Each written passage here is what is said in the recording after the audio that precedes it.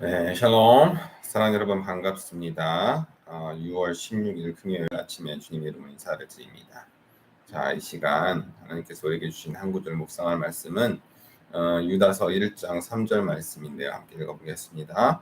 사랑하는 자들아, 우리가 일반으로 받은 구원에 관하여 내가 너희에게 편지하려는 생각이 간절하던 차에 성도에게 단번에 주신 믿음의 도를 위하여 힘써 싸우라는 편지로 너희를 권하여야 할 필요를 느꼈노니. 다시 한번 읽어보겠습니다. 사랑하는 자들아, 우리가 일반으로 받은 구원에 관하여 내가 너희에게 편지하려는 생각이 간절하던 차에 성도에게 단번에 주신 믿음의 도를 위하여 힘써 싸우라는 편지로 너희를 권하여야 할 필요를 느꼈노니. 아멘. 자, 이 말씀을 가지고 믿음을 지키기 위한 싸움이라는 제목으로 함께 잠시 말씀 묵상해 보도록 하겠습니다. 본래 이제 우리가 교회로 모여서 함께 하나님을 예배하고 또 말씀을 나누는 가운데 중요한 것은 이제 말씀을 공부를 하는 것입니다. 말씀을 체계적으로 배우고 또 공부하는 과정, 그리고 교회 안에서 마땅히 해야 하는 일이죠. 그래서 말씀을 우리가 함께 나누고 배우고 하는 가운데 우리가 일반적으로 받은 구원에 대해서 우리가 확신을 얻게 되는 것, 매우 신앙생활하는 데 있어서 굉장히 중요한 과정입니다. 그것이 있어야 우리가 또 함께 신앙생활하는 이제 즐겁고 또 힘이 나잖아요. 말씀을 통해서 나는 구원받은 하나님의 사랑받는 자녀이다라는 확신을 얻어야 하지 않겠습니까? 그것이 우리가 마땅히 교회 안에서 누려야 되는 그런 기쁨이어야 합니다. 자, 그런데 예나 지금이나 마찬가지인 것 같아요. 그렇게 우리가 마땅히 교회 안에서 행하고 교회 안에서 누려야 할 그 구원의 기쁨과 또 말씀을 통해 주시는 그런 확신, 그런 것들을 이단들이 파고든다는 것입니다. 예수님 당시에 이제 대표적인 이단은 바로 영지주의라는 그런 이단이 있었습니다. 영지주의는 이게 막 너무 영적인 것만 추구함으로 말미암아 예수 그리스도가 육신으로 이 땅에 오지 않으셨다라고까지 그래서 영적인 각성만이 중요하다라는 것을 강조하는 그런 부류의 사람들이었습니다. 그러다 보니까 예수님은 이제 절대 육신의 몸을 입고 오지 않으셨을 것이다. 어떻게 예수님이 거룩하신 하나님의 아들이 연약한 죄의 몸을 입을 수 있느냐라고 그렇게까지 주장을 하기도 했는데요.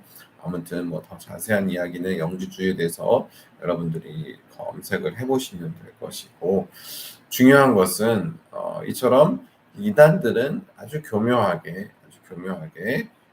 그 말씀의 틈바구니를 파고들어서 진리를 훼손하고 또 그리고 우리가 이미 받은 구원 그리고 우리가 이미 알고 있는 그 지식을 자꾸 흔들어 놓는다는 것이죠. 예수 그리스도에 대해서 우리가 복음을 듣고 온전한 마음으로 믿고 따르고 있었는데 이단들이 그런 우리의 믿음을 흔들어 놓으려고 한다는 것입니다. 그래서 오늘 말씀에 이제 사도 유다도 구원에 대해서 이야기를 하려다 큰일 났다. 이단들의 가르침이 교회 틈바구니에 파고들어서 그 우리의 어떤 신앙의 구원의 근간이 되는 믿음조차 흔들어 놓으려고 하는구나라는 것을 깨닫고 그렇게 바로잡기 위해서 이렇게 오늘 말씀 편지를 쓰는 내용을 볼 수 있습니다. 이단의 특징은 오늘날도 마찬가지예요. 다양한 이단들이 있잖아요. 뭐 신천지라든지 통일교라든지 뭐 여호와의 증인, 하나님의 교회, 수많은 이단들이 지금도 활발하게 활동하고 있고 또 무엇보다도 굉장히 성장하고 있다는 것, 그것이 참 큰 문제인 것 같은데요. 이거는 사실 이단이 아닌 일단인 교회의 일원으로서 사실 우리가 좀 자각을 해야 되는 부분입니다. 왜냐하면 사람들이 이단에 끌리고 일단에서 멀어지는 것은 그것은 사실 뭐 이단이 그렇게 잘못 접근하는 부분들도 있겠지만 1단이 마땅히 해야 될 일을 하지 못하고 있는 데서도 원인이 발생하는 것일 수 있거든요. 그러니까 이단들이 왜 자꾸 성장하겠습니까? 원래 우리가 1단인 우리가 해야 할 말씀의 진리의 말씀을 정말로 공부하고 연구하고 또 그 말씀이 말씀되게 가르치고 전하는 일에 실패하고 있기 때문에 이단들이 이렇게 극성을 피우는 것이거든요. 그러니까 이단의 특징을 가만히 보면 저도 이제 몇 편 그 신천지 그 가르침에 대해서 이렇게 듣고 이렇게 좀 생각해 본 적이 있는데 정말 교묘합니다. 그러니까 말씀을 굉장히 짜집기를 잘해요. 이단의 특징. 말씀을 굉장히 짜집기 여기저기서 짜집기를 잘해서 자기네들이 전달하고자 하는 그 교리로 만들어내는데 굉장히 탁월하다라는 그런 생각을 했습니다.